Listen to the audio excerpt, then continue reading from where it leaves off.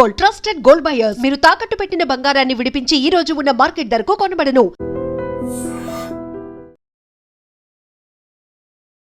నమస్తే, నేను Kavitha. Welcome to iDream news and నిజాలు. F-16 యుద్ధ విమానాన్ని కూల్చేసినట్టుగా ఇరాన్ అనౌన్స్ చేసింది. అందులో ఉన్నటువంటి ఇద్దరు పైలట్లలో ఒక పైలట్ పారాచూట్తో ఇరాన్ భూభాగంలో దిగారని, ఇంకొక పైలట్ గురించి సమాచారం లేదు అంటూ ఇరాన్ చెప్పింది. ఒకవేళ వాళ్ళని కనుక లైవ్గా పట్టుకొని అప్పగిస్తే భారీ నజరారాలు ఉంటాయి అనేటువంటి మాట కూడా చెప్పింది. బట్ ఈ F-16 ఫైటర్ జెట్ కూలిపోవడానికి సంబంధించి అమెరికా కానీ డొనాల్డ్ ట్రంప్ కానీ ఇప్పటిదాకా ఎందుకు ప్రకటన చేయలేదు? 5వ వారం కంప్లీట్ అయిపోయి 6th వీక్లోకి ఎంటర్ అయిన తర్వాత నెక్స్ట్ ఏంటి? మనతో పాటుగా ఉన్నారు సీనియర్ జర్నలిస్ట్ సురేష్ కొచ్చాతిల్ గారు. సార్ నమస్తే. సో ఈ రోజుకి చూసుకుంటే 5th వీక్ కంప్లీట్ అయిపోయింది, 6th వీక్లో కూడా ఎంటర్ అయిపోయిన తర్వాత ఇరాన్ నుంచి వస్తున్నటువంటి న్యూస్ చాలా పెద్ద న్యూస్. అమెరికాకు చెందినటువంటి F-16లను కూల్ చేశాము, పారాచూట్ సహాయంతో పైలట్స్ దిగారు, ఇరాన్లో ఉన్నారు అనేది. ఇది నిన్న రాత్రి జరిగింది, అంటే ఇరానియన్ టైం డే టైంలో జరిగింది. ఒక F-16 ఎయిర్క్రాఫ్ట్ని, F-16E ఎయిర్క్రాఫ్ట్ని ఇరాన్లో ఉన్న యాంటీ ఎయిర్క్రాఫ్ట్ ఫైర్ అని చెప్పలేము, it looks like a shoulder held missile fire చేశారు. దాంతో ఇట్ హిట్ ద ఎయిర్క్రాఫ్ట్. దాంట్లో ఉన్న ఇద్దరు, ఒకరు pilot and the second was a tactical officer. Fire చేస్తారు, వాళ్ళు ఫైరింగ్కి కూర్చుంటారు. దాంట్లో the pilot does not fire the weapon. Okay, single engine అంటే పైలట్ చేస్తారు, కానీ దీంట్లో డబుల్ ఇంజిన్ ఉంది and it's a double seating aircraft. So ఇద్దరు ఉంటారు, ఒకరు pilot and one of the one is a gunner or usually a tactical officer. So ఈ second person is missing. First పర్సన్ని ఎజెక్ట్ చేస్తారు. రెండు మీకు తెలిసి ఉంటుంది, ఎయిర్క్రాఫ్ట్లో, మిలిటరీ ఎయిర్క్రాఫ్ట్లో, స్పెషలీ ఫైటర్ ఎయిర్క్రాఫ్ట్, ట్రాన్స్పోర్ట్లో ఛాన్స్ లేదు. మనం చూసాం, అమెరికాది ఒక రీఫ్యూలింగ్ ట్యాంకర్ కూలిపోయి 6 మంది చనిపోయారు. There is no we can escape it. అది లైక్ ఎ రెగ్యులర్ ఎయిర్క్రాఫ్ట్ అది. కానీ ఫైటర్ ఎయిర్క్రాఫ్ట్లో అడ్వాంటేజ్ ఏంటంటే you have ejection button next to your seat. మీరు aircraft completely out of control వెళ్ళిపోతే you press the ejection button. దాంతో ఏమవుతుందంటే ఆ పైన ఉన్న కెనోపీ ఓపెన్ అవుతుంది and you get thrown into the thing. It is like rocket taking out 26 times gravity. అంత ఫోర్స్తోని మిమ్మల్ని ఎజెక్ట్ చేస్తుంది, ఎందుకంటే aircraft is going out of control. So ఎప్పుడు ఎయిర్ ఫోర్స్లో మన దగ్గర కూడా ఏం నేర్పిస్తారంటే try and rescue the aircraft. కానీ ఎయిర్క్రాఫ్ట్ కన్నా ఎక్కువ విలువ మీ జీవితం. మీకు ఒక పైలట్ని ట్రైన్ చేసి ఒక లెవెల్ దాకా, ఒక వింగ్ కమాండర్, స్క్వాడ్రన్ లీడర్ లెవెల్కి తీసుకొచ్చే కోట్లు ఖర్చు అవుతుంది. సో యువర్ లైఫ్, ఎయిర్క్రాఫ్ట్ పోతే పోయింది, కానీ you can buy a new aircraft. But చనిపోతే మీతోని మీ ఎక్స్పీరియన్స్ కూడా పోతుంది. అండ్ మోర్ ఇంపార్టెంట్లీ మీ మీద ఖర్చు పెట్టిన డబ్బులంతా వేస్ట్ అవుతుంది. చాలా expensive. So you're asked to eject. హెలికాప్టర్లో ఎజెక్షన్ లేదు. హెలికాప్టర్ ఆల్సో ఒక రాయి పడేటట్లు పడుతుంది కింద. దానికోసం అరుణాచల్ ప్రదేశ్ కానీ మిగతా చోట్ల మీరు చూస్తుంటాం. మొన్న కూడా ఒక సుఖాయ్ రాజస్థాన్, ఇక్కడ అరుణాచల్ ప్రదేశ్ వైపు వీ లాస్ట్ వన్ Su-57. దాంట్లో they could not unfortunately eject. ఏమైందో తెలియదు. రాత్రిపూట ఒక ట్రైనింగ్ ఫ్లైట్ ఉండేది. సో ఒక్కొక్కసారి ఎజెక్ట్ చేస్తారు, ఒకసారి చేయరు. పైలట్స్ ఏం చూస్తారంటే ఎప్పుడు మీరు ఎస్పెషల్లీ ఒక ఏం చెప్తారు, హ్యూమన్ హ్యాబిటేషన్ ఉన్న ప్లేస్ మీద, ఒక సిటీ లాంటి హైదరాబాద్, మాకు ఎప్పుడు భయం. మా ఇంటి దగ్గర పొద్దున 6 గంటలు కాగానే మొదలవుతుంది. మా దగ్గర హుండిగల్ నుంచి ఉన్న ఫిక్స్డ్ వింగ్ ఎయిర్క్రాఫ్ట్ ట్రైనింగ్ వాళ్ళది. మా పైనుంచి చాలా సౌండ్లో వెళ్తూ ఉంటాం, ఒకరి తర్వాత ఒకరు. రాత్రిపూట కూడా అంతే. వెరస్ హకీంపేట్లో హెలికాప్టర్ ట్రైనింగ్ నడుస్తుంది. That is not so noisy. వాళ్ళు అటువైపు వెళ్తారు, టువర్డ్స్ యాప్రాల్ కానీ షామీర్పేట్ వైపు నుంచి they go to that side of city. వీళ్ళేమో కోంపల్లి, మెడ్చర్ దానిపై నుంచి ఫ్లై చేస్తుంటారు. They trained in it, training flights అది. దాని తర్వాత they get in to the regular aircraft. ఇది ఎట్లయిపోయిందంటే, మన ఒక యంగ్స్టర్ని తీసుకొని వాళ్ళని ఫ్లయింగ్ నేర్పించేటప్పుడు, ఒక స్కూటర్ నడిపిస్తున్న, ఒక బైక్ నడిపిస్తున్న ఒక యంగ్స్టర్కి సడన్లీ మీరు ఒక లంబాగ్ని ఇచ్చారు నడిపిరా అని చెప్పేసి, they cannot fathom the speed. చాలా మటుకు యాక్సిడెంట్స్ మీరు చూసుంటారు బాంబేలో కానీ మిగతా చోట్ల. ఈ యంగ్స్టర్స్ ఒక ఫెరారీ లేకుంటే పెద్ద పెద్ద లంబాగ్ని లాంటి కార్లు తీసుకెళ్ళి దే క్రాష్. ఎందుకంటే దాని స్పీడ్ అట్లా ఉంటుంది. It suddenly picks up speed అన్నమాట. సో అట్లాంటి పరిస్థితుల్లో పైలట్స్ని ఫస్ట్ నేర్పించేది ఏంటంటే you try and survive. Okay, దీంట్లో కూడా పెద్ద ఒక ట్రైనింగ్ ఉంది, సర్వైవల్ ట్రైనింగ్ ఒకటి ఉంది కవిత గారు. అది చాలా ఇంపార్టెంట్. ఈ సర్వైవల్ ట్రైనింగ్ మీద ఉంటుంది వీళ్ళకి ఏం నేర్పిస్తారంటే మీరు ఒక ఎనిమీ టెరిటరీలో ఎజెక్ట్ అయి పడిపోద్ది. That's most dangerous scene. ఒక ఎనిమీ టెరిటరీలో అభినందన్ మనకు తెలిసిందే, ఎగ్జాక్ట్లీ పాకిస్తాన్ సైడ్లో వెళ్ళారు, ఆయన కొట్టారు, వాళ్ళు చేస్తారు అది. ఈవెన్ మన కువైట్లో ఫ్రెండ్లీ ఫైర్లో 3 అమెరికన్ F-16 కొట్టారు కువైత్ వాళ్ళు. అది తెలియకుండా కొట్టారు, ఫ్రెండ్లీ ఫైర్ అంటున్నారు. మనకు యాక్చువల్లీ ఏం జరిగింది తెలియదు, కానీ ఆల్ ద 3 పైలట్స్ ఎజెక్టెడ్. కానీ దాంట్లో ఒక పైలట్ ఎజెక్ట్ అయ్యి ఆ ఎయిర్క్రాఫ్ట్ వాళ్ళ పెరిమీటర్ బయట వెళ్ళి పడ్డాడు, ఎయిర్ ఫోర్స్ బేస్. అక్కడున్న లోకల్స్ ఏమనుకున్నారంటే ఈయనేదో ఇజ్రాయెల్ నుంచి వచ్చిన పైలట్ అని చెప్పి ఆయన కొట్టడానికి వెళ్ళారు. Then he had to clearly say no I'm American అంటే మళ్ళీ వాళ్ళు అర్థం చేసుకున్నారు అది. లేకుంటే ఫస్ట్ ఇప్పుడు ఇరాన్ కూడా ఏమంటున్నారంటే ఫస్ట్ పైలట్ని వాళ్ళు రెస్క్యూ చేశారు, చేసే ముందే వీళ్ళొక అనౌన్స్మెంట్ చేశారు టీవీలో, $50,000 మీరు పైలట్ని పట్టుకొని పోలీసు వాళ్ళకి అప్పగించేస్తే వీ విల్ పే యూ $50,000. కానీ ఇప్పుడు ఫస్ట్ పైలట్ని వీళ్ళు రెస్క్యూ చేశారు. అది ఎక్స్పెక్టెడ్, ఎందుకంటే వీళ్ళు ఎజెక్ట్ చేసి పారాషూట్తో కిందకి వచ్చినప్పుడు, అంటే ఎజెక్ట్ చేసిన తర్వాత సీట్ సపరేట్ అయిపోతుంది. ఇన్ఫ్యాక్ట్ నిన్న రాత్రి వీడియోలో చాలా మటుకు ఛానల్స్ చూపించారు, సీట్ చూపించారు పైలట్ది, మొత్తం ఆల్మోస్ట్ స్మాష్ అయిపోయింది అది. ఇట్ ఈస్ ఎక్స్పెక్టెడ్, ఎందుకంటే ఆ ఎజెక్షన్ స్పీడ్లో స్మాష్ అవుతుంది. దాని తర్వాత దే గో అప్ హెలికాప్టర్ పారాషూట్లో కిందకి దిగి వస్తారు. దిగుతున్నప్పుడే అన్నిటికంటే డేంజర్, ఎందుకంటే మీరు ఎనిమీ టెరిటరీలో దిగుతున్నారు, అక్కడ లోకల్స్ చేతికి దొరికితే మిమ్మల్ని చంపేస్తారు. సో వీళ్ళని ట్రైనింగ్ ఇచ్చేటప్పుడు ఏం నేర్పిస్తారంటే సర్వైవల్ ట్రైనింగ్, చాలా ఎక్స్పెన్సివ్ ట్రైనింగ్ అది. అంటే మీరు ఈవెన్ ఒక వారం రోజు కూడా మిమ్మల్ని ఎవరు కాంటాక్ట్ చేయలేకపోతే మీరు ఎట్లా సర్వైవ్ చేయాలి, even without taking food or water కూడా. మమ్మల్ని ట్రెక్కింగ్ టైంలో నేను యాక్టివ్ ట్రెక్కింగ్ చేస్తున్నప్పుడు 10-15 సంవత్సరాల ముందు మాకు ట్రైనింగ్ ఇచ్చిన కర్నల్ రాజీవ్ శర్మ గారు మాకు ట్రైనింగ్ ఇస్తుండే. So he to take us to forest, Ananthagiri అట్లాంటి ప్లేస్ తీసుకెళ్ళి అక్కడ చెట్ల మీద ఉన్న ఫ్రూట్స్ని ఐడెంటిఫై చేయమంటారు. కొన్ని ఫ్రూట్స్ యూ కెన్ ఈట్, కొన్ని తినకూడదు. అట్లనే మష్రూమ్స్, కొన్ని మష్రూమ్స్ పాయిజనస్, కొన్ని ఆర్ నార్మల్. సో మీరు నీళ్ళు ఇంపార్టెంట్, అగైన్ వాటర్ చాలా ఇంపార్టెంట్. సో నీళ్ళు కానీ ఫుడ్ కానీ ఇదంతా బేసిక్ మీ దగ్గర ఉండొచ్చు వాళ్ళ దాంట్లో. ఇంకోటి అంటే అన్నిటికన్నా ఇంపార్టెంట్, వీరు దిగంగానే వీళ్ళొక బీకన్ ఆన్ చేస్తారు, ఒక వాచ్ లాగా ఉంటుంది వాళ్ళ దగ్గర. ఆ బీకన్ ఆన్ చేస్తే it connects you to a satellite and me rescue టీమ్కి చెప్తే మీరు ఎక్కడ ఉన్నారని. ఇది చాలా వాళ్ళకి ఒక రెస్క్యూ టీమ్స్కి ఒక ఐడెంటిఫికేషన్ వస్తుంది, ఈ ఏరియాలో ఉన్నారని చెప్పి. మళ్ళీ దాన్ని రెస్క్యూ చేయడానికి స్పెషల్ టీమ్స్ ఉన్నారు. ఈ పైలట్ని ఎవరిని అందరిని పంపిస్తే కాదు. ఇన్ఫ్యాక్ట్ నిన్న black hawks 2 helicopters, American helicopter rescue చేయడానికి వచ్చినప్పుడు వాళ్ళ మీద ఫైరింగ్ జరిగింది, గాయపడ్డారు చాలామంది. Luckily that helicopter did not crash అంటున్నారు, అది కువైత్ వైపు ఇక్కడికి వెళ్ళిపోయింది. They were able to land అక్కడ. సో ఒక పైలట్ దొరికారు, ఒకరు దొరకలేదు. కానీ మీరు చెప్పిన మాటకి అమెరికా అంగీకరించారు. అమెరికన్ గవర్నమెంట్ అనేది Pentagon has said yes we lost 1 aircraft, we recovered 1 pilot. కానీ పీట్ హెస్గెత్ వార్ సెక్రటరీ కానీ వాళ్ళ చీఫ్ ఆఫ్ స్టాఫ్ ఆయన దానికి ఏం మాట్లాడలేదు. ప్రెసిడెంట్ ట్రంప్ అయితే అసలు మాట్లాడలేదు. నేను రాత్రి నుంచి చాలా మటుకు ఎమర్జెన్సీ మీటింగ్స్ నడుస్తుందంట ప్రెసిడెంట్ ట్రంప్ వైట్ హౌస్లో. ప్రెసిడెంట్ ట్రంప్ యూజువలీ ఫ్రైడే రోజు ఫ్లారిడాకి వెళ్ళిపోతారు, మారాలాగోకి వెళ్ళిపోతారు, గోల్ఫ్ ఆడడానికి ఆయన ఇంటికి వెళ్ళిపోతారు. ఆయన ఇవాళ వెళ్ళలేదు, అక్కడే ఉన్నారు, వైట్ హౌస్లో ఉన్నారు. ఎందుకంటే ఈ పైలట్ సంగతి తెలియదు మనకి.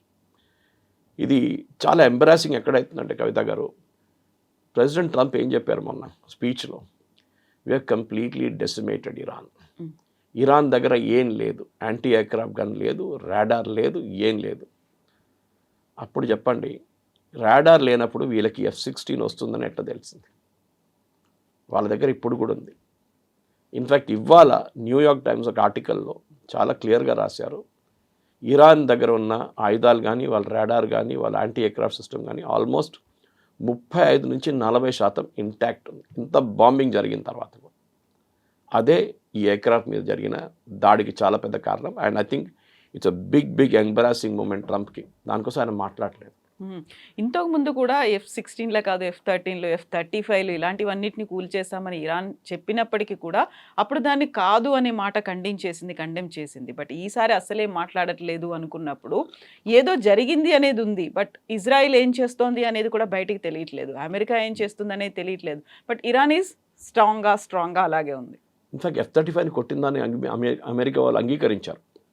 Pentagon said yes we got hit, CENTCOM వాళ్ళు అన్నారు, సెంట్రల్ కమాండ్ అన్నారు yes aircraft got hit but pilot managed to land the aircraft. ఎక్కడ? అది కువైత్ ఉండొచ్చు, బహ్రెయిన్, వాళ్ళ అన్నిట్లో వాళ్ళకి బేసెస్ ఉన్నాయి. పక్కన ఇరాక్లో కూడా బేస్ ఉంది వాళ్ళకి. సో ఎక్కడైనా దిగుంటారు వాళ్ళు. ఈ aircraft flies at twice the speed of sound, thrice the speed of sound. So వాళ్ళకి 500 కిలోమీటర్లు అంటే వాళ్ళు ఒక 10 నిమిషాలు 5 నిమిషాలు వెళ్ళిపోతారు. నథింగ్ ఫర్ దెమ్ అనమాట. అండ్ నెక్స్ట్ ఎయిర్ ఫీల్డ్ ఎక్కడ ఉంటుంది వాళ్ళకి ఎప్పుడు ఫ్లై చేసే ముందు they have emergency air fields to land. Regular వాళ్ళది ఉంటుంది. మొన్న మీకు గుర్తుంటుంది కవిత గారు, ట్రివాండ్రం ఎయిర్పోర్ట్లో, తిరువనంతపురం ఎయిర్పోర్ట్లో ఒక బ్రిటిష్ F-35 వచ్చి దిగింది. ఆల్మోస్ట్ ఒక 45 డేస్ 45 డేస్ అక్కడ ఉంది. దాన్ని ఫస్ట్ వాళ్ళు అన్నారు వెదర్ ప్రాబ్లం అన్నారు, తర్వాత ఇంజిన్ ప్రాబ్లం అన్నారు, తర్వాత హైడ్రాలిక్ ప్రాబ్లం అన్నారు. మరి మొత్తం ఒక టీం రావాల్సి వచ్చింది. 25 మంది వచ్చి రిపేర్ చేసి తీసుకెళ్లారు దాన్ని. ఆ ఎయిర్క్రాఫ్ట్ టేక్ ఆఫ్ చేసింది ప్రిన్స్ ఆఫ్ వేల్స్ అని చెప్పి వాళ్ళకి ఎయిర్క్రాఫ్ట్ క్యారియర్ ఉంది. దాని నుంచి టేక్ ఆఫ్ చేశారు. అదొక ఎక్సర్సైజ్కి వచ్చింది. మలేషియా దాకా వెళ్తుంది. So it was somewhere near Cochin. ఈ ఎయిర్క్రాఫ్ట్ ఫ్లై చేస్తున్నప్పుడు ప్రాబ్లం వచ్చింది. వీళ్ళకి ఏమంటారంటే, ఒకటి మీ primary landing is in the ship, కాకపోతే మీకు 3-4 ఎయిర్ ఫీల్డ్స్ ఇస్తారు. ఇక్కడ దిగొచ్చు, ఇక్కడ దిగొచ్చు, ఇక్కడ దిగొచ్చు. అండ్ దెన్ ఈ ఎయిర్క్రాఫ్ట్లో ఉన్న మెయిన్ వాళ్ళ ఎయిర్ ఫోర్స్ ఎవరో ఉన్నారు కోఆర్డినేటర్, వాళ్ళు ఈ 3 ఎయిర్ ఫీల్డ్స్ని ఇన్ఫార్మ్ చేస్తారు. మా ఎయిర్క్రాఫ్ట్ ఇక్కడ ఫ్లై అవుతుంది, we have been designated as an emergency air field to land. మీరు షూట్ చేయకండి, ఓకే, బికాజ్ అది ఎవరో అన్ఫ్రెండ్లీ ఎయిర్క్రాఫ్ట్ చూడంగానే we will open anti aircraft fire. So దాంతోనే వాళ్ళు దిగారు అక్కడ ట్రివాండ్రం. దీనికి ఒక కోడ్ కూడా ఉంటుంది. Okay, it's called friend or ఫో. కోడ్ ఇస్తారు. ఏదో స్పెసిఫిక్ కోడ్ ఇచ్చినప్పుడు వాళ్ళు అది అంటారు. ఇన్ఫ్యాక్ట్ నిన్న ఈ 2 హెలికాప్టర్స్ని రీఫ్యూయల్ చేసే టైంలో ఆ రీఫ్యూయలింగ్ ఎయిర్క్రాఫ్ట్ ఒక స్క్వాక్ కోడ్ ఇచ్చింది. స్క్వాక్ కోడ్ అంటే SQAWK. Squawk code is like mayday call in aircraft, civilian aircraft. Emergency అంటే like your save our soul typically. అది ఎందుకు చేస్తుందో అర్థం కావట్లేదు. బట్ దాని తర్వాత అది వెళ్ళిపోయింది ట్రాన్స్పోర్ట్ ఎయిర్క్రాఫ్ట్. దాని మీద కూడా వీళ్ళు దాడి చేస్తారు. ఇన్ఫ్యాక్ట్ ఐరన్ ఏంటంటే కొన్ని అమెచ్యూర్ వీడియోలు నిన్న రాత్రి చూపించారు. దాంట్లో కొంతమంది పోలీస్ ఆఫీసర్లు గన్తో ఫైర్ చేస్తున్నారు ఈ హెలికాప్టర్ వైపు, ఆ ప్లేన్ వైపు. Anyway, that is there enthusiasm అనమాట. సో కానీ ఇది అమెరికాకి చాలా పెద్ద ఒక ఇష్యూ. నేను చెప్పాను చూడండి, సొమాలియాలో జరిగిన ఈ యుద్ధంలో ఆ యుద్ధం మొత్తం మారిపోయింది. సొమాలియాలో ఒక వార్లార్డ్ ఉండే, ఆయన అసిస్టెంట్స్ని క్యాప్చర్ చేయడానికి అమెరికా కొన్ని హెలికాప్టర్స్ పంపించారు. This happen somewhere in 93. అప్పుడు వాళ్ళ లోకల్ వార్లార్డ్స్ వాళ్ళు క్యాప్చర్ చేయడానికి అక్కడ హెలికాప్టర్ దిగుతున్నప్పుడు one of the helicopters crashed. అది ఫేమస్గా ఒక మూవీ వచ్చింది మన దగ్గర హాలీవుడ్ నుంచి, బ్లాక్ హాక్ డౌన్ అని చెప్పేసి. BLACK hawk HAWK down. దాంట్లో జరిగిందంటే ఈ హెలికాప్టర్ క్రాష్ కాగానే అక్కడున్న హెలికాప్టర్ ఉన్న వాళ్ళని రెస్క్యూ చేయడానికి అమెరికా ఇంకా ట్రూప్స్ని పంపించారు, ఎయిర్బోర్న్ ట్రూప్స్ని. అది పెద్ద ఒక ఫైట్ అయిపోయింది. లాస్ట్లో ఆన్ గ్రౌండ్ 18 మంది చనిపోయారు. ఒక ఆయన హాస్పిటల్లో చనిపోయారు, అమెరికన్ సర్వీస్ మ్యాన్. అది పెద్ద ఒక ఎంబరాస్మెంట్ అయింది అమెరికాకి. అది కాకుండా 90 మంది అమెరికన్ సోల్జర్స్ గాట్ ఇంజర్డ్. దాంతోనే అమెరికా సొమాలియా యుద్ధం వద్దు, మేము బంద్ చేసేస్తున్నాం దుకాణం అని చెప్పి అక్కడి నుంచి వెళ్ళిపోయారు. ఇక్కడ కూడా ఇప్పుడు ఈ ఇన్సిడెంట్తోని ఏదైనా ఒక మేజర్ ట్విస్ట్ జరగవచ్చా అని అందరు అడుగుతున్నారు ప్రశ్న. Everybody is talking Somalia. ఇవాళ మీరు ఏ అమెరికన్ ఛానల్ అయినా ఓపెన్ చేయండి, అందరూ మాట్లాడుతున్నదే, is this black hawk down. ఎందుకంటే ఒక F-35ని కొట్టడం అనేది అబ్సల్యూట్లీ ఇంపాసిబుల్. అని ఇరాన్ దగ్గర ఏం లేదు F-35 కూడా. అప్పుడు కూడా వాళ్ళు F-35ని కొట్టారు ఒక 15 రోజుల ముందు, 10-15 రోజులు. దాని డ్యామేజ్ జరిగిందని అమెరికా అంగీకరించారు. ఒక స్టెల్త్ బాంబర్ అంటే మీకు రాడార్లో కూడా కనిపించదు అది. అది పోనండి, F-16 ఇస్ ఓల్డర్ వర్షన్, దాని రాడార్లో డెఫినెట్గా కనిపిస్తుంది.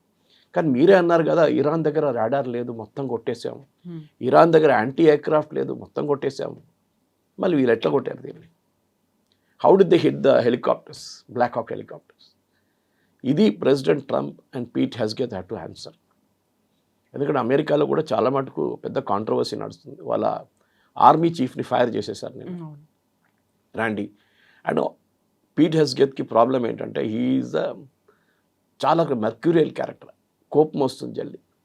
This particular army general was close to vice president JD Vance. ఈయనకి JD Vanceకి పడదు హెగ్సేత్కి.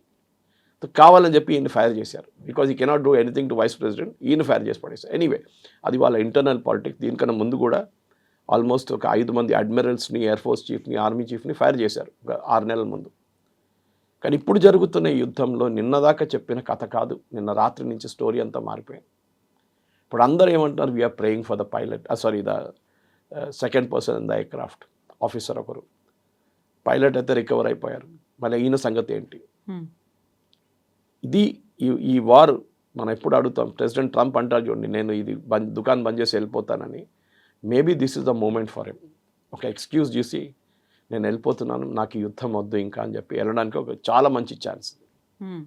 బట్ ఇజ్రాయెల్ ఏం చేస్తుందో అర్థం కావట్లేదు, అది బయటికి రావట్లేదు, నెతన్యాహు ఏం మాట్లాడట్లేదు, ఇరాన్ అలాగే స్ట్రాంగ్గా ఫైట్ చేస్తూనే ఉంది. ఇజ్రాయెల్ వాళ్ళ పని వాళ్ళు చూసుకుంటున్నారు, అది చాలా క్లియర్. వాళ్ళకి హెజ్బుల్లాతో major problem. Southern లెబనాన్లో litany river దాకా వెళ్ళారు వాళ్ళు. ఇప్పుడు అక్కడ దాకా బఫర్ జోన్ క్రియేట్ చేసుకున్నారు. సదర్న్ లెబనాన్లో మేము ఉండిపోతాం అంటున్నారు చాలా రోజుకి, ఇంకా మా వైపు నుంచి అక్కడి నుంచి. కానీ నిన్న కూడా వాళ్ళ మీద ఆల్మోస్ట్ 11 మిసైల్స్ ఫైర్ చేశారు హెజ్బుల్లా దగ్గర కూడా కెపాసిటీ ఉంది.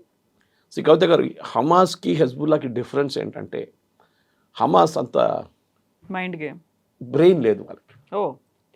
Okay, they are very cross fighters. మీరు గ్రౌండ్లో ఇడిచేసి చంపరా అంటే కొడతారు వాళ్ళు. హెజ్బుల్లా అట్లా కాదు, వాళ్ళు ఆలోచిస్తారు. They are another version of Iran. Okay, దానికోసం చూడండి, ఇరానియన్ అడ్వైజర్స్ రెవల్యూషనరీ గార్డ్స్ నుంచి లెబనాన్లో కూర్చుంటారు. ఇప్పుడు వాళ్ళు మీకు గాజాలో కనిపించరు. గాజాలో వీరేం చేశారంటే, వాళ్ళకి ఇచ్చిన అన్ని చిన్న చిన్న లాంచర్స్ ఇచ్చారు. ఇక్కడ నుంచి 50 కిలోమీటర్లు, 90 కిలోమీటర్లు, 100 కిలోమీటర్లు కొట్టడానికి. ఎందుకంటే ఇజ్రాయెల్ దగ్గర ఉంది. వేరే హెజ్బుల్లాకి ఇచ్చినంత 2000 కిలోమీటర్లు, 1500 కిలోమీటర్ మిసైల్స్ ఇచ్చారు వాళ్ళు, లాంచర్స్తో సహా. And advisers, revolutionary guard adviser. వీళ్ళిద్దరికి చాలా పెద్ద డిఫరెన్స్ ఉంది. హెజ్బుల్లాని కొట్టడానికి అంత ఈజీ కాదు.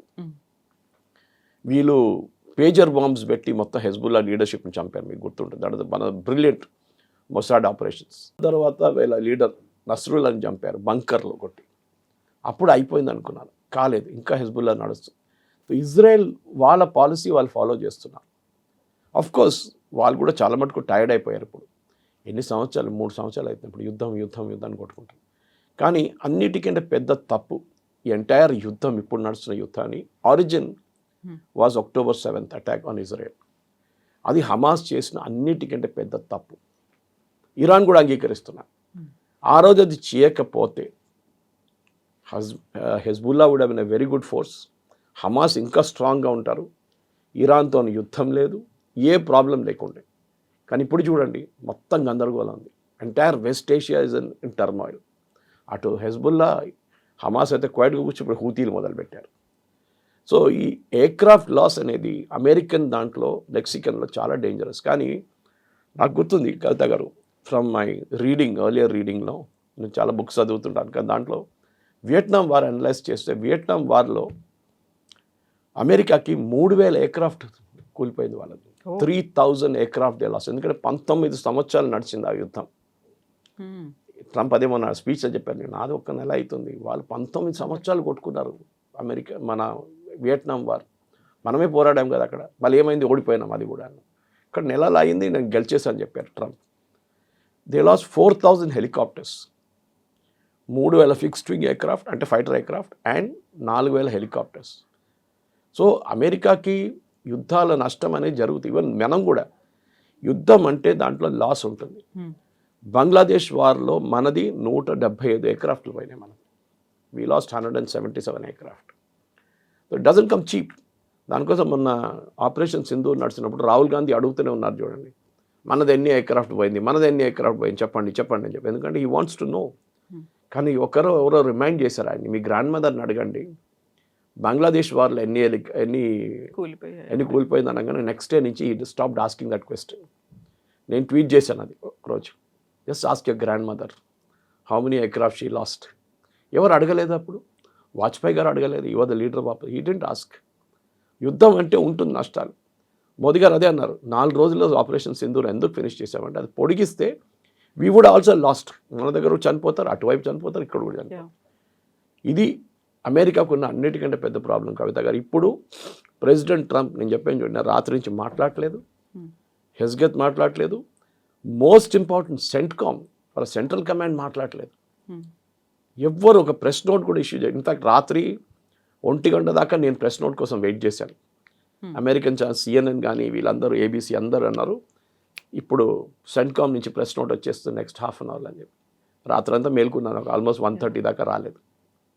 పొద్దున్న లేచి చూస్తే అప్పుడు కూడా no press note. So this something drastically ఏదో జరిగింది. ఐదర్ ఆ పైలట్ ఇరాన్ దగ్గర ఉన్నారు, ఇరాన్ ఇన్ఫార్మ్ చేస్తుంటారు. ఇన్ఫ్యాక్ట్ వాళ్ళ స్పీకర్ అది ఇరానియన్ పార్లమెంట్ అండ్ వాళ్ళ ఫారెన్ మినిస్టర్ కూడా నిన్న చాలా మటుకు ఈవెన్ వాళ్ళ ప్రెసిడెంట్ ట్రంప్ని మీమ్స్లో కొట్టారు నిన్న. రీగన్ చెప్తున్నాడు ఐ డిస్ట్రాయిడ్ రష్యా అంటే ప్రెసిడెంట్ ట్రంప్ చెప్తున్నారు ఐ డిస్ట్రాయిడ్ అమెరికా అని చెప్పి. ఇది నడుస్తుంది అక్కడ. మీరు ఏం చేశారు, మీరే చెప్పారు కదా అని ఇరానియన్ ప్రెసిడెంట్ అంటున్నారు. మా దగ్గర ఏం లేదు ఆయుధాలు అని చెప్పారు, మేము చూపించాము ఇప్పుడు. So it is like a slab on the face, చంప మీద కొట్టినట్లు కొట్టారు నిన్న. అది ఎట్లా రికవర్ అవుతారో మనం కూడా చెప్పలేము. ఫ్యూ అవర్స్ బ్యాకే ఆయన చెప్పారు ఇంకా 2-3 వీక్స్ అనేది ఇది కంటిన్యూ అవ్వబోతోంది అనేది. ఆ తర్వాత ఒక పెద్ద బ్రిడ్జ్ని మేమైతే ఎలా అయితే కూల్ చేసామో ఇలాంటి ఇంకొక 7-8 బ్రిడ్జ్లు ఉన్నాయి, వాటన్నిటి లిస్టు కూడా ఇచ్చారు, వాటన్నిటిని కూడా మీద అటాక్ చేస్తున్నాం, వాటిని కూడా కూల్ చేస్తాము అని చెప్పిన తర్వాతే F-16 మీద అటాక్ అనేది జరిగింది. సో దీంట్లో ఏమైనా కంటిన్యూషన్ చూస్తున్నారా, మళ్ళీ వాళ్ళు ఏమైనా స్ట్రాటజీ మార్చుకుంటున్నారా?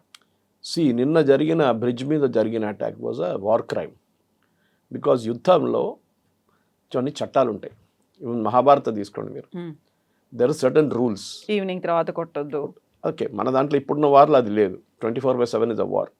కానీ సాయంత్రం ఎందుకు పెట్టుకుంటారంటే గాయపడిన వాళ్ళు, చనిపోయిన వాళ్ళ బాడీస్ తీసుకెళ్ళిపోతారు, గాయపడిన వాళ్ళకి ట్రీట్మెంట్ ఇస్తారు.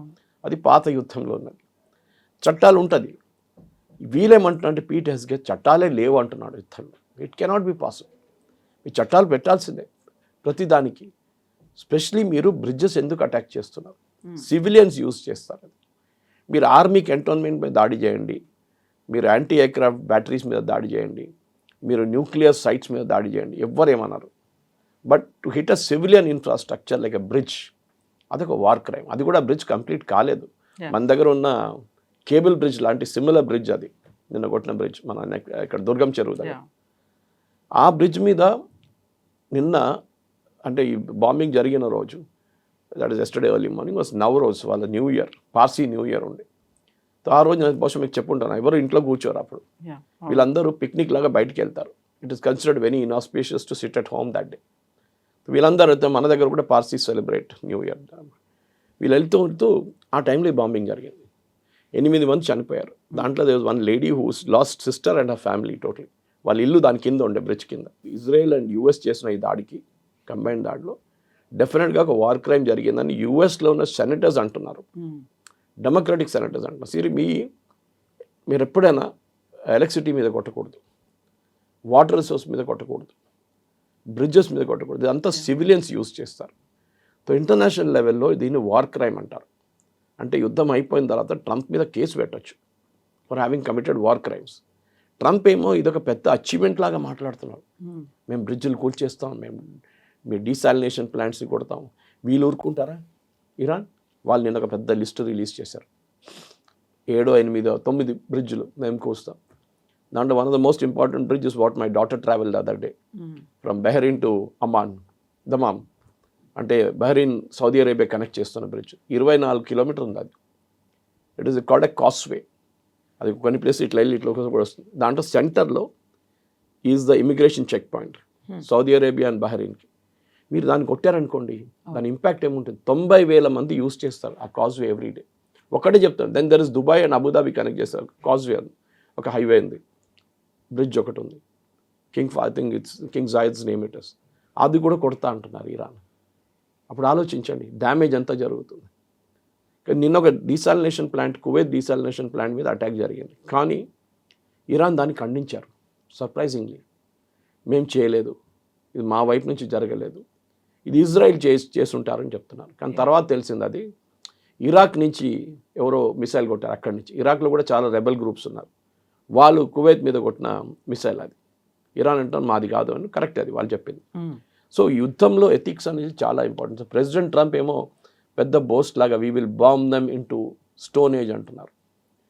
ఇరానియన్ ప్రెసిడెంట్ నేను ఒక పెద్ద నోట్ ఇష్యూ చేశారు, చాలా బాగా రాశారు. ఆయన అన్నారు మా సివిలైజేషన్ 9,000 సంవత్సరాలు పాతది. Our civilization and the Persian civilization is almost same, మన హిందూ సివిలైజేషన్. మీది US సివిలైజేషన్ 250 సంవత్సరాలు. మీరు మమ్మల్ని అంటున్నారా స్టోన్ ఏజ్ అని? మీ గురించి ఆలోచించండి ఒకసారి అని చెప్పారు. సో ఇది I will bomb them into stone age అనగానే అక్కడున్న ప్రజల మీద చేస్తున్నారు ఇది. You are insult, you are not talking with Iranian army, air force navy. మీరు అక్కడ ప్రజల్ని చెప్తున్నారు మీరు స్టోన్ ఏజ్కి పంపించేస్తాం మిమ్మల్ని, మీరు అక్కడే ఉండండి, మీ కేపబిలిటీ అదే, మీరు మీ లైఫ్ అదే ఉంటుందని చెప్పేసి. సో ఆ అరగెన్స్ ఉంది చూడండి, సెన్స్ ఆఫ్ అరగెన్స్, దాన్ని నిన్న F-16 కొట్టింది. అంతే, ఒక ఎయిర్క్రాఫ్టే ఉండొచ్చు, పెద్ద ఇష్యూ ఏం లేదు. కానీ ఒక్క aircraft has created a black hawk down again. సోమాలియాలో ఆ రోజు జరిగిన 93లో జరిగిన ఆ ఇంపాక్ట్ ఈ F-16తో జరిగిందన్న. So it is going to continue అయినా ఇంకా ఈ వీక్ కూడా 6th వీక్? Yes definite. ఇప్పుడు ఐ థింక్ వీళ్ళు ఈ పైలట్ దొరికేదాకా వీళ్ళిద్దరు మాట్లాడరు. మీరు చూసుంటారు నిన్న రాత్రి నుంచి US ఒక్క దాడి కూడా చేయలేదు.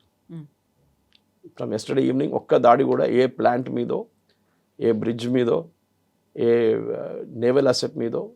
ఇన్ఫ్యాక్ట్ ఇంకో రెండో ఎయిర్క్రాఫ్ట్ క్రాష్ అయింది కవిత గారు, వార్థాగ్ అని చెప్పి. It is not a fighter aircraft. ఈ వార్థాగ్ ఎయిర్క్రాఫ్ట్ స్ట్రైట్ ఆఫ్ హార్మూజ్ మీద కొట్టారు ఇరాన్. అది కూడా అంగీకరించారు. సెంట్కామ్ చెప్పలేదు కానీ US government said yes we lost Warthog. ఆ ఎయిర్క్రాఫ్ట్ని కొట్టిన తర్వాత పైలట్ ఏం చేశారంటే కువైత్ వైపు తీసుకెళ్ళిపోయాడు దాన్ని. కువైత్ వైపు వెళ్ళగానే ఆయనకు తెలిసిపోయింది I cannot control the aircraft అని ఎజెక్ట్ చేసేసారు. సో హీ వాజ్ రెస్క్యూడ్ కువైట్లో. సో ఆలోచించండి, రెండు ఎయిర్క్రాఫ్ట్లు ఒకటే రోజు, one is a fighter aircraft, one is a normal aircraft. ఒక రీఫ్యూయలింగ్ ఎయిర్క్రాఫ్ట్ మీద కొట్టారు, రెండు హెలికాప్టర్స్ మీద కొట్టారు. యుద్ధం పెద్ద మలుపు తిరుగుతుంది ఇక్కడి నుంచి. And now America is saying Iran దగ్గర, వాళ్ళ దగ్గర ఇప్పుడు కూడా చాలా మట్టుకు వాళ్ళ కేపబిలిటీస్ అట్లనే ఉన్నారు. మళ్ళీ మీ ప్రెసిడెంట్ ఏమన్నారు, మీ చీఫ్ ఆఫ్ స్టాఫ్ ఏమంటున్నారు, మీ డిఫెన్స్ సెక్రటరీ ఏమంటున్నారు, అండ్ ఇరాన్ దగ్గర ఉన్న కేపబిలిటీస్ ఉందని చెప్పి మీరే ఇప్పుడు చెప్తున్నారు. ఎవరు నిజం చెప్తున్నారు చెప్పండి, ఇదే అడగాల్సి. అక్కడ అమెరికన్ ప్రజలు కూడా అడుగుతున్నారు. They got tired of it. వాళ్ళ పెట్రోల్ రేట్లు కానీ, వాళ్ళ డీజిల్ రేట్లు కానీ అన్నీ పెరుగుతుంది. కవిత గారు నిన్న హీలియం గురించి అసలు మీకు చెప్పాను. మన దగ్గర నిన్న ఆర్టికల్ వచ్చింది. I was surprised. నేను ఇన్ని రోజులు చెప్తున్నాను హీలియం చాలా ఇంపార్టెంట్ మనకని. నిన్న ఐ డోంట్ నో అది హిందుస్థాన్ టైమ్స్లో వచ్చిందో దేంట్లో వచ్చిందో, సేయింగ్ దట్ మన దేశంలో ఉన్న చాలా మటుకు MRI మిషన్స్ ఆగిపోయింది. ఎందుకంటే హీలియం కావాలి. Helium cools down the super magnets around this. Chip manufacturing ఆగిపోతుంది. ప్రతి ఇంపాక్ట్ ప్రతి దాని మీద ఉంటుంది. ప్రెసిడెంట్ ట్రంప్ అంటాడు నాకు స్ట్రేట్ ఆఫ్ హార్మూజ్ అని పనేం లేదు, అది మీ ప్రాబ్లం, మీ సార్ట్అవుట్ చేసుకున్నారు. సో ఈవెన్ మ్యాక్రాన్ని ఇన్సల్ట్ చేయడం అది కూడా చాలా బ్యాడ్ టేస్ట్లో ఉండేది. ఒక మనిషి పర్సనల్ లైఫ్ని, especially president, head of state లెవెల్లో ఆయనకి వైఫ్తోనే ఏదైనా ప్రాబ్లం ఉండొచ్చు. ప్రెసిడెంట్ ట్రంప్కి లేదా, ఆయన కూడా ఉంది కదా. కానీ అదంతా బయట తీసుకొచ్చి ఏదో మీరు ఒక చిల్లరలో మాట్లాడుతుంది చూడండి, ట్యాప్ దగ్గర కొట్టుకుంటారు చూడండి, నీళ్ళ ట్యాప్ దగ్గర, అట్లా మాట్లాడుతున్నాడు. You are not suppose to talk. And French ప్రజలేమనుకుంటారు, మా ప్రెసిడెంట్ ఇట్లా తిడుతున్నారు, ఈయన స్టామర్ని ఇట్లనే చెప్పారు. బ్రిటిష్ ప్రజలకు చాలా కోపం వచ్చింది. ఈయన అసలు మాట్లాడడానికి లైసెన్స్ ఉందా లేదా, లేనిపోయినట్లు మాట్లాడుతున్నారని. సో అసలు ప్రెసిడెంట్ ట్రంప్కి ఇది ఒక పెద్ద చంప మీద కొట్టిన దెబ్బ ఇది. దీనితోనే ఆయన కూల్ డౌన్ అయ్యి కొంచెం ఆలోచించి నెక్స్ట్ స్టెప్ ఏం తీసుకోవాలని ఆలోచించాలి. ఎందుకంటే ఇప్పుడు చాలా మటుకు క్లియర్ అయిపోయింది. ఆయన అన్నారు చూడండి కవిత గారు, our aircraft is having a free run over Iran. వాళ్ళ రాడార్ B-2 బాంబర్స్ అన్నీ తిరుగుతున్నారు మొత్తం కంప్లీట్గా. నౌ వాట్ హ్యాపెండ్, ఇప్పుడు వాళ్ళకి భయం ఉంది that we can be hit any time. So ఇక్కడ మేజర్ చేంజ్ రాబోతుంది. బహుశా దీంతోనైనా just come down and say నేను వెళ్ళిపోతున్నాను ఇంటికి, నాకు సంబంధం లేదు, ఇక ఐఎమ్ విత్డ్రాయింగ్ మై ట్రూప్స్. ఆ రోజు ఇంత పెద్ద ఇది చేసేసి INS ట్రిపుల్ని పంపిస్తాను, ఇంకో షిప్ని US నుంచి పంపించారు, ఆ షిప్ని రిటర్న్ పిలిపించుకున్నారు. That means war is not there anymore. ఆయనకు అర్థమైపోయింది. మీరు ఇరాన్ అంటే మీరేదో వెనిజువేలా అనుకున్నారు, కాదు. Iran is a different cup of tea altogether. వాళ్ళకి ఫైటింగ్ కెపాసిటీ ఉంది, అది ట్రంప్ ఇప్పుడు నేర్చుకున్నారు. ఇది వాళ్ళ పెద్ద ఒక మిస్కాల్కులేషన్ జరిగిందనమాట. దాంతోనే యుఎస్కి ఒక వియట్నాం మూమెంటో లేకుంటే ఒక సొమాలియా మూమెంట్ వచ్చింది. ఇప్పుడు ఇది పాత హిస్టరీ నుంచి నేర్చుకొని విత్డ్రా చేసి వెళ్ళడం చాలా మంచిది. Thank you so much sir. Thank you. And for more videos, please subscribe to iDream. Please subscribe to iDream. Please subscribe iDream. And please subscribe to iDream. For more videos, subscribe to iDream. please like, share and subscribe to the channel. Congratulations, iDream. Subscribe to iDream. Subscribe to iDream. So subscribe to iDream Media. IDream team అందరికీ huge congratulations. Please subscribe iDream Media. Please subscribe to iDream. Subscribe iDream. Please subscribe to iDream. iDream అంటే నా కళల ఛానల్ను subscribe చేసుకున్న నోరు తిరుగుతలేదు, మీరైతే గంట గుర్తు కొట్టండి. For more such videos, please subscribe to iDream. Subscribe to iDream. Please subscribe to iDream. Please subscribe iDream Media. Please do subscribe to iDream. Please subscribe to I dream media. For best entertainment and information, please subscribe iDream. And don't forget to subscribe to I dream.